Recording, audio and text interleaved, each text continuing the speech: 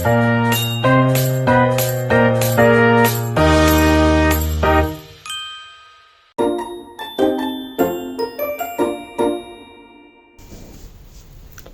semuanya, apakah kalian sudah siap menghadapi kewajiban tahunan sebagai warga negara yang baik?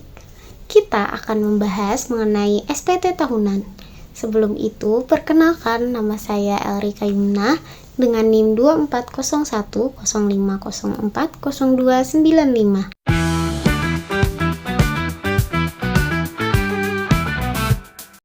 Berikut pembahasan mengenai SPT tahunan. Mari kita mulai. Sebelumnya, apa kalian tahu apa itu SPT? SPT sendiri adalah surat pemberitahuan tahunan yang merupakan dokumen untuk melaporkan pajak kalian kepada negara.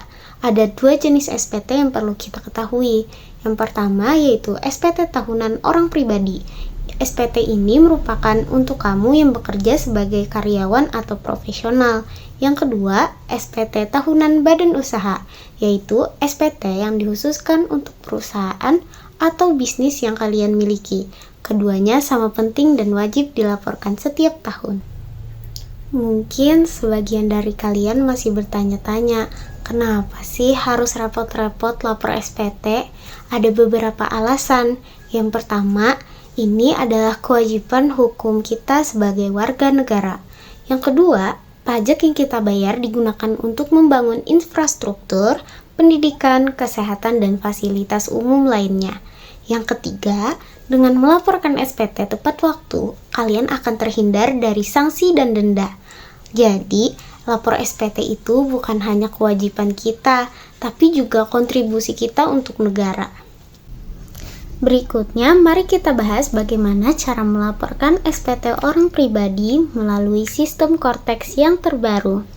Langkah pertama, siapkan dokumen yang diperlukan seperti bukti potong penghasilan dari perusahaan, NIK atau NPWP, dan data penghasilan lainnya.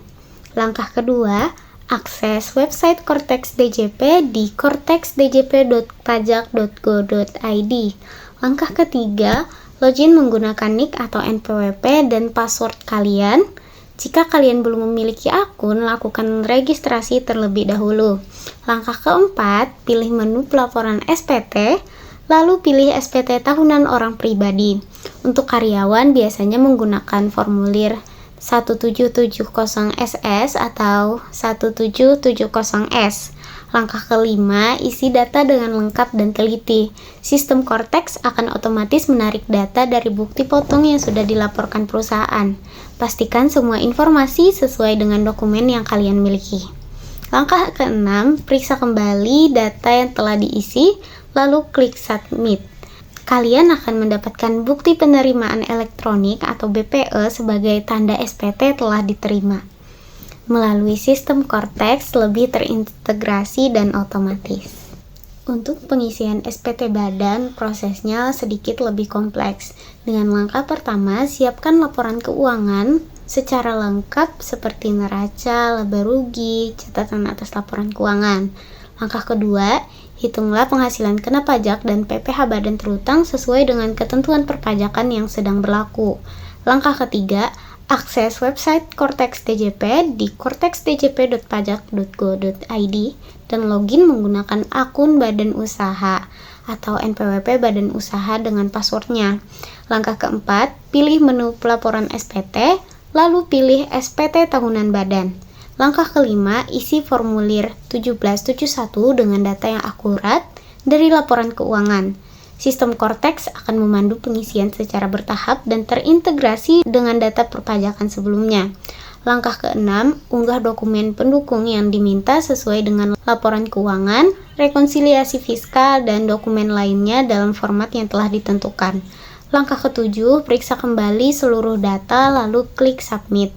Dan simpan bukti penerimaan elektronik atau BPE. Untuk badan usaha disarankan berkonsultasi dengan konsultan pajak agar lebih akurat dan sesuai dengan regulasi terbaru.